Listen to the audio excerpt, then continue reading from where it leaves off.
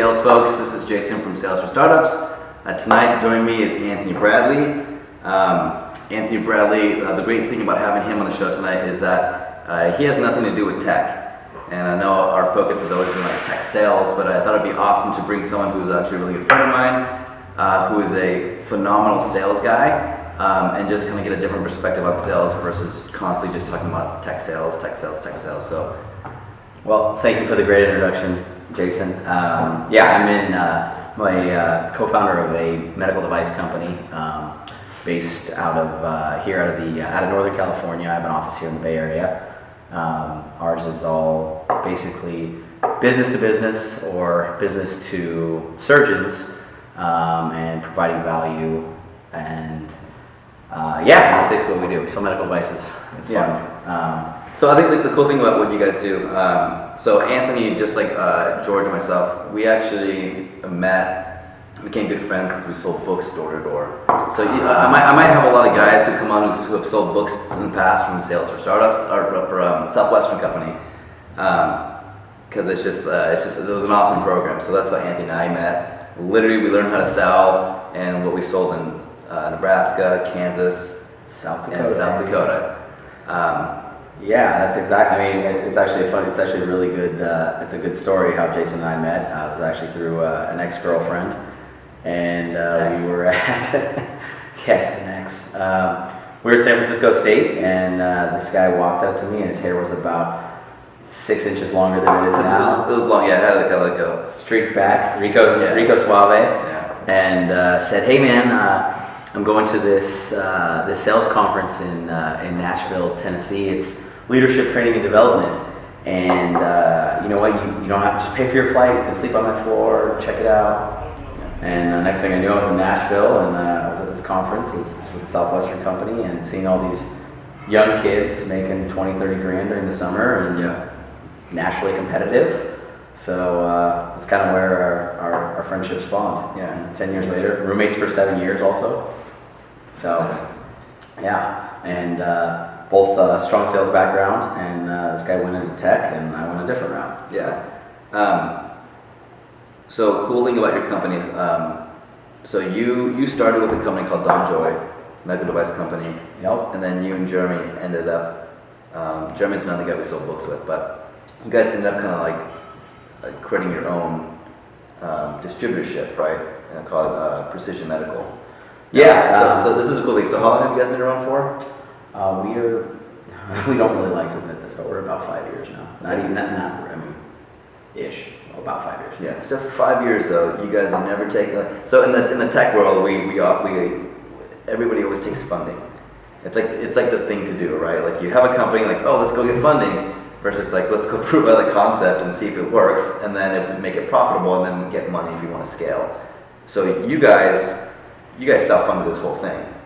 Yeah, it was actually really cool. It was we basically didn't take a paycheck for the first couple of years. Just both lived very frugally. Yeah. And learn the ins and outs of the industry. We started learning the ins and outs of the industry while at DonJoy, our first venture into the medical industry. Yeah. And more than anything, I think we realized that it was obviously there was a large barrier to entry, and but there was also a lot of money to be made in the industry. Like the margins were just stupid. And so as we looked at that, we were like, well, there's no reason that we can't do this. So we started making steps to build our own, and then realized that there were a number of companies that had that were distributors that have distribution agreements with manufacturers all over the nation, depending on what type of product it is, and realized that we could do that on our own, get our own insurance contracts, become our own billing entity, and build it on our own. So we just lived very, very frugally and started building it, and obviously buying our inventory, learning the insurance game, realizing that the first couple billing companies that we worked with weren't necessarily going to be we weren't going to get reimbursed, because the one thing that in any industry where there's a lot of money to be made, there's also, there's your risk versus your reward. Yeah. And there's definitely a lot of risk because there's all these insurance companies that you need to have contracts with to actually get paid. Yeah. So it's really interesting. So if you guys don't know about the insurance company, especially medical, it's really weird how it works. My dad has been in this industry for a long time. So you guys can literally bill like $5 million, but that doesn't mean you've actually made $5 million. That means you just billed, and you might not even get some of that money because insurance companies might be like, okay, we'll pay you on this, we'll pay you on that, not so much that, we'll pay you on that. So just because you guys bill $5 million doesn't mean you guys actually. Yeah, it's actually a really arbitrary number because the whole game with insurance billing, especially in the medical world, medical device companies do it, doctors do it. I mean, they all do it. There are your contracted rates, but there's also different types of benefits. So you can bill $5,000 for a product, and they may reimburse you $200. Right. You're just hoping at the end of the day that you're going to cover your costs. You're hoping to give you the $5,000. Well, of course, and every now and then it hits and it happens, but it doesn't happen too often. So it's it's a roll of dice a lot of times. But the way you can kind of take the guesswork out of it is the more insurance contracts you acquire, which is still difficult because quite a number of these companies have closed their insurance contracts, their panels, and don't contract with any new companies. Yeah. One of the things we've done is actually just teamed up with a lot of different billing companies out there to expand our network of insurance contracts and use them as a resource to still get everything paid for. Yeah. Which is one thing we've done. I feel like we've done differently, but done well. Yeah. So. And you guys grew insanely. I know you guys, this headquarters is based in Sacramento. Loomis, actually. Loomis, yes, okay. The thriving town of Loomis. Let's say it's the Sacramento area, though, right? Yeah, it is. It's Sacramento. Because I saw that news article. So you guys had insane growth. Was it shown last year or this year? It was based off of 2 years, and I don't remember the exact numbers, but it was. So I think it had to be based off of 2 years for you to qualify. Okay. So for 2012 and 13, we were the #1 fastest growing company in the Sacramento region. That's crazy. And then you guys are going to do revenues of what next year? Or projected to do this year, I'm sorry. Yeah, this year we're projected to do 20 million. So That's crazy, dude. we started with, in the Bay Area, we started with me and, our favorite rep, Stephen White. Stephen White. So Stephen was actually, Stephen's a character. Stephen was actually Jason's roommate for a little while after I had moved out. Talk about a personality. But anyhow, he was my first rep out here. Stephen was that? Yeah, he was my first rep. He came and he was working for Enterprise Rent-A-Car. He came and followed me in a car that he had borrowed from Enterprise. It was hilarious, and he comes out and he's Stephen was definitely a diamond in the rough. He needed quite a bit of polishing, like everything from me teaching him that you can't wear 3-day-old scrubs and wrinkled and be unshaven and walk into a clinic. But he's also become one of my #1 reps. Yeah. So he's come a long way. He's come a long way. He really has. He actually, the guy even relocated to Atlanta to build the Atlanta region because the Bay Area wasn't enough for him because he wanted to do what I do, which is in a sense of just building and growing the region. Yeah. I started with Stephen White as my first rep, and now we're at 5 or 6 reps. Total employees 12 in the Bay Area. Started in an office just down the street, a block away. I remember that. Yeah, and now have an office about double that size. I mean, it's 1,000 square feet. It's not like we need much more than that. Have a full-time office manager and a whole team of reps. Yeah. So it's fun. It's definitely challenging. I think one of the things that we've done well in the Bay Area is, in every arena really, is pay our reps well. And yeah, you guys, for what you guys pay your reps, like in the tech world, the percent you guys give your reps would be insane. Like, I would love to make percent of your guys' reps. Yeah, I guess maybe 20%, right? Yeah, which is insane. Yeah. You'll never find any rep that makes that here in the Bay Area, or in tech in the Bay Area. Dude, one thing I wanted to ask you, because you manage an office, you manage a team, and then you're also still selling, and you've been you've been the top rep in the whole company. How many people are in the company total? We're like, total sales reps, I think sales reps were like 55 now. Okay, so out of 55 reps, you're still the top producing rep. Plus, you run all of San Francisco. You manage the whole team. You run all of the San Francisco Bay Area, right? Yeah, no, I do. And I remember I'd asked you how is it how do you do that, right? Because I called you one time asking what's your sales process like?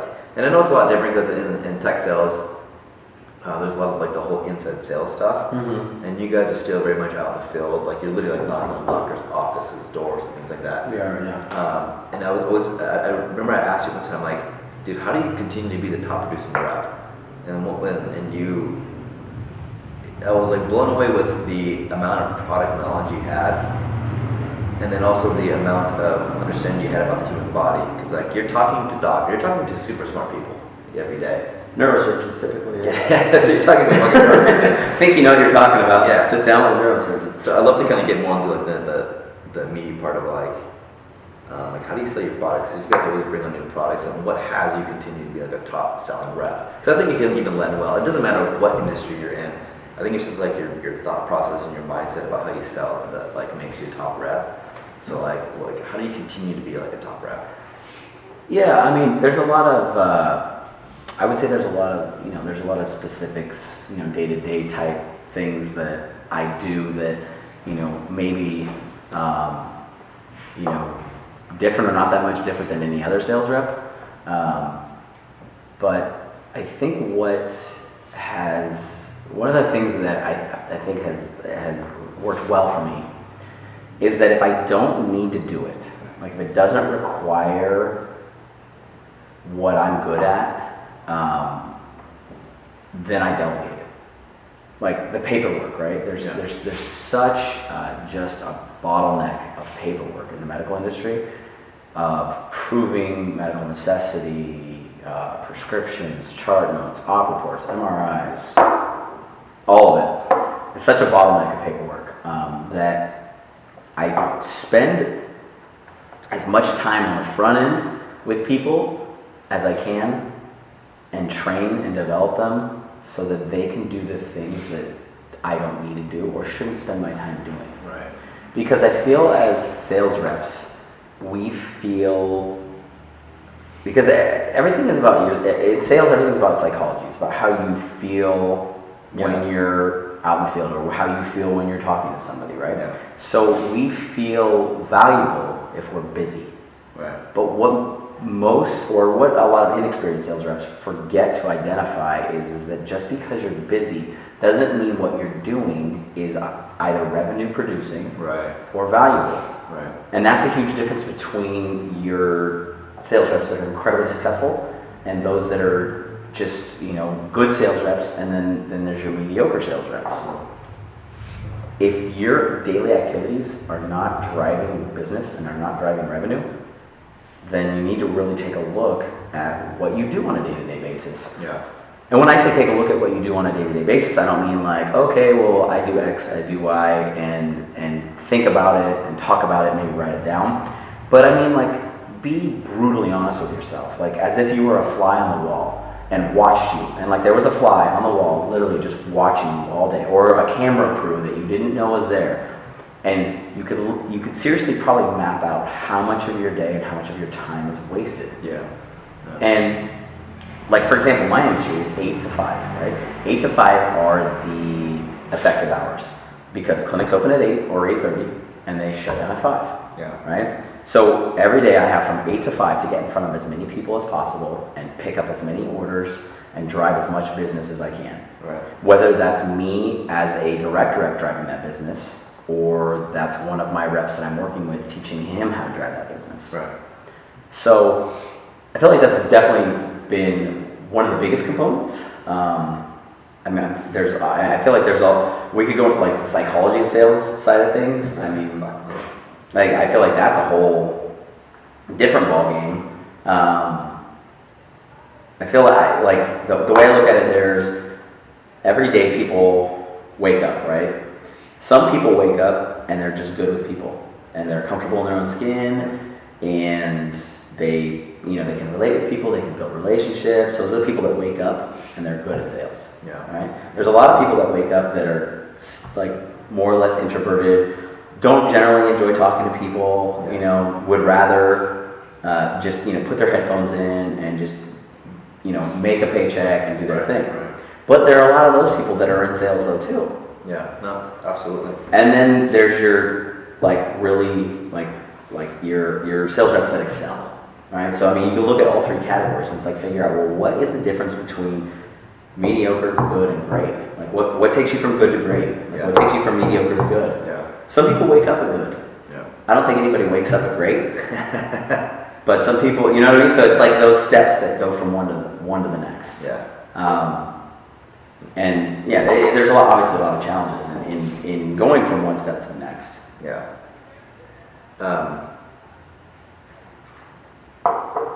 So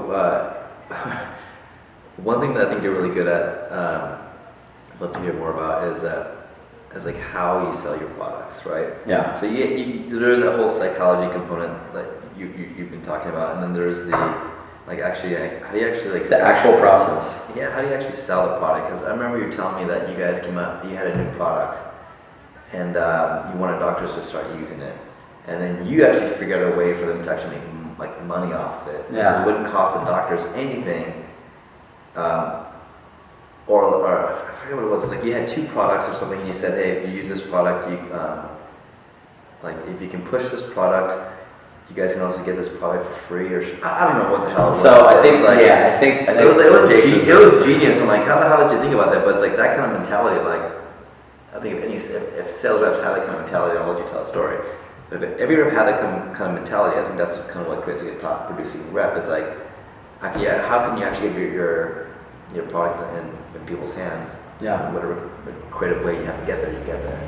But, yeah, and I think what you're referring to is that we picked up a new product that's actually DNA testing, and it's going to be it's kind of like the future of medicine, is because every person, at some point, every person will walk into a doctor's office, they'll be able to pull up a sheet, read your DNA makeup, know exactly what types of pain meds your body absorbs, what types of medications are going to be well received in your body, what ones are going to produce adverse reactions, what ones are just going to sit in your system and do nothing, which leads to either, because every year there's hundreds of thousands of people that end up dying from adverse reactions to prescribed medication from your doctor. Doctor hands you a prescription, your body doesn't like it, or Then there's also the epidemic of addiction to prescription pain meds.